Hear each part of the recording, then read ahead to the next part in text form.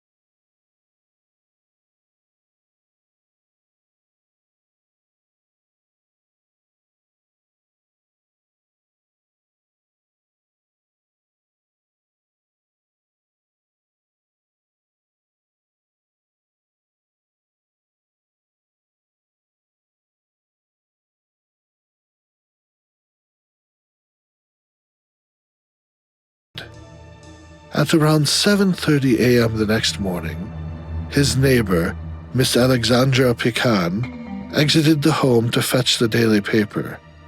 When she looked across the street to Calvin's home, horror presented itself. Calvin had been left by his mailbox, inside a small children's swimming pool, dead and lying in a pool of his own blood at that. Miss Pecan would scream in horror until the police arrived and removed her from the scene. This would be the first murder of this kind to be discovered in the Los Angeles area in what seemed like forever. When the police arrived on the scene, all they were able to do was look in horror. That day, a police investigation that in the end would span over 30 years would begin. And so, on this day did the investigation into the killer by an at the time hotshot Los Angeles news anchor named Tom Shannon. Tom, at the time of the first murder, was but 35 years old, and 6 months later had become one of the main weathermen of Los Angeles station LA 28's evening news broadcast. Tom was a man who had by his side through his entire ordeal his loving wife Elizabeth and his at the time 6-month-old infant son Daniel. Tom opened the program with his normal forecast and highlighted the immense amount of rainfall which had accumulated the previous evening. Little did he know that one pool of this rainfall would be used to kill an innocent man. Charles then began to open with a report on the recent holiday shopping sprees.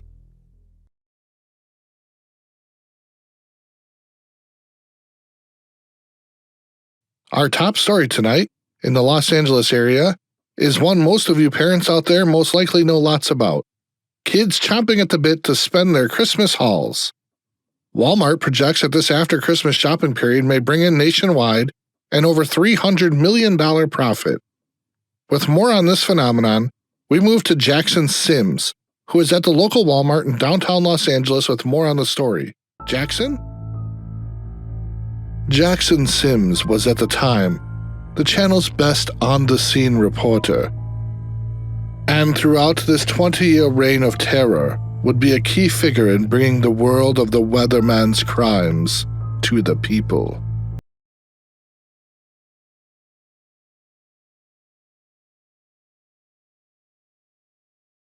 The segment began after a commercial break. Tonight, we bring you a strange and terrifying story from the City of Angels, or in this case, the City of Mother Nature. This morning, in a suburban area of Los Angeles, 26-year-old Calvin Mercer was found dead, lying in a pool of blood and rainwater. This comes after a night of heavy rain and cloud-to-ground lightning. Authorities told media that it appears the deceased slipped and cracked open a portion of his skull and ultimately was killed drowning in a small, unbranded children's swimming pool. Last evening's weather also led to slick roads, resulting in multiple minor car accidents, and in the Hollywood Hills, lightning even caused a temporary power outage. At this time, authorities told LA 28 that this is the only fatality which has been reported due to storms last evening. But in our next story, we go to Nathan Dreyfus with news about last night's Lakers versus Clippers game. Nathan, how'd our hometown rivalry end up this time? That night, Tom returned home and was greeted with some eggnog and a night of love from his wife Elizabeth. Over the next 2 months, Tom was dealt a very good hand, becoming a local celebrity, and even becoming good friends with a few executives at national cable news network WDCP. But in the month of February, the weather took a sharp turn, and a sharp turn for the worse. On February 4th of that month, there was a night where rainwater levels exceeded a foot. On the 6th, high winds damaged a few television antennas in the northern Hollywood Hills. But on February 14th, the weatherman would strike again. The night began very normally. Hollywood actress Carrie Williamson returned home from an evening of filming her next film, Primus. But on this evening, the wrath she would be dealt the wrong end of was not at the hands of that film's villain. At around 7 p.m., the National Weather Service would issue a severe thunderstorm warning, to which Carrie would have the attitude of, "It's just some thunder. Why the hell should I fear a little lightning?" towards. However, this evening, the weatherman would have far more in store for her than lightning.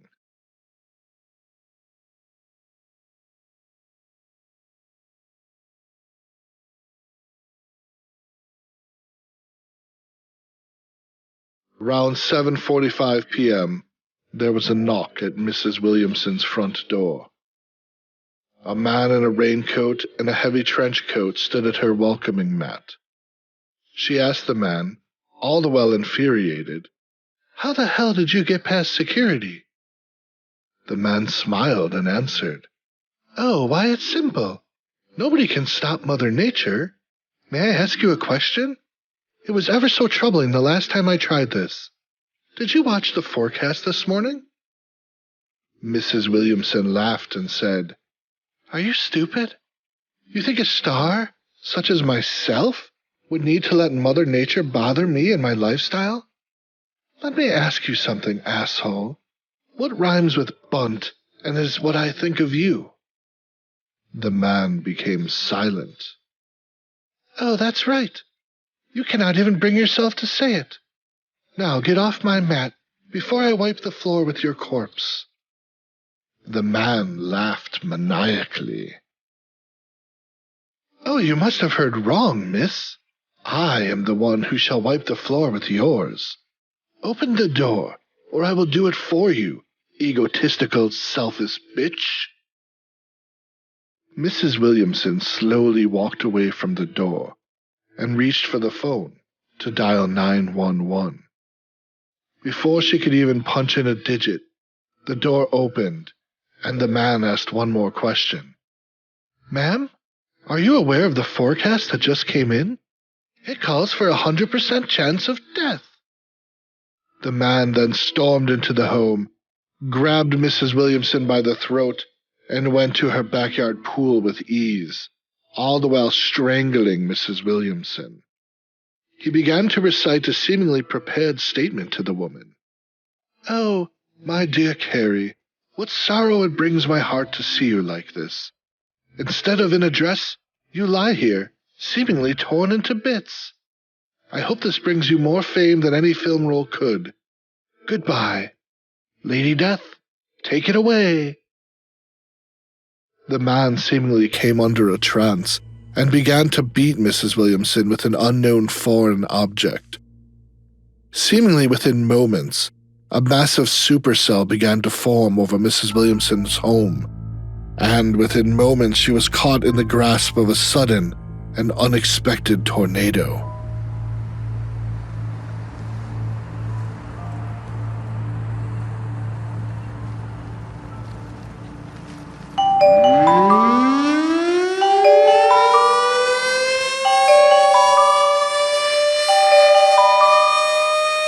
The National Weather Service in Oxnard has issued a tornado warning for Los Angeles County in Southern California until 8:30 p.m. Pacific Standard Time.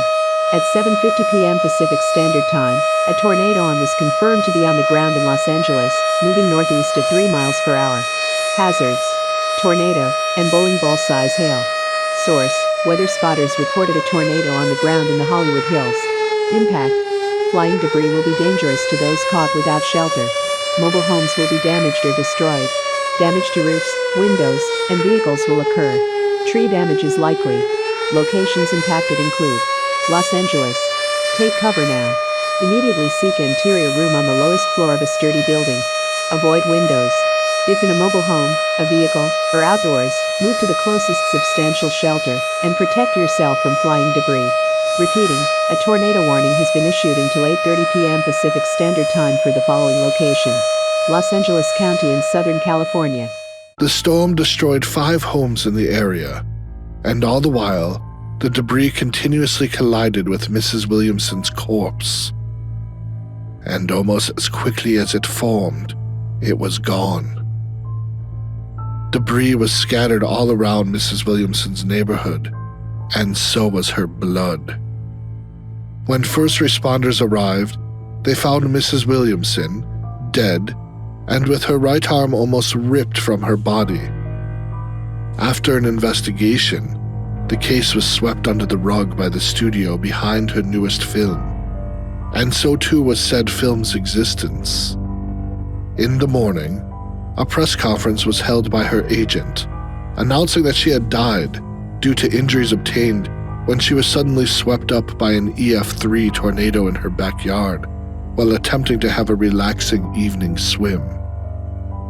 But one man did not buy it. That man was Tom Shannon. The next day, Charles was again tasked with delivering the news about the tragedy. But once the cameras were off, and Tom had returned to his suburban Los Angeles home, he told his wife that he wanted to talk about something. Something that he found odd. "Sure, Tommy. What is it you're wanting to talk about?" Tom took his hat off, which he wore home on the raining evening, and said to his wife, in a disturbed tone, "One of the stories that Charles covered today just isn't seeming right to me. The one about that Hollywood star who died in the tornado." His wife laughed it off and said gleefully, "Oh, Tommy, don't worry about it. Just Mother Nature being herself. And why does it bother you she died anyways?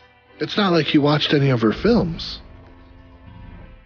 Tom told his wife, "I doubt that an EF3 tornado first off could perfectly cut a woman in half with debris from the twister itself with such precision. That doesn't seem like something that would be possible. And even weirder is that this one tornado only struck Mrs. Williamson's neighborhood. Nowhere else. It's like someone, or something, was using a tornado to cover something up. It just troubles me, honey." What Tom didn't know is that he would soon become one of the many whom the Weatherman struck fear into.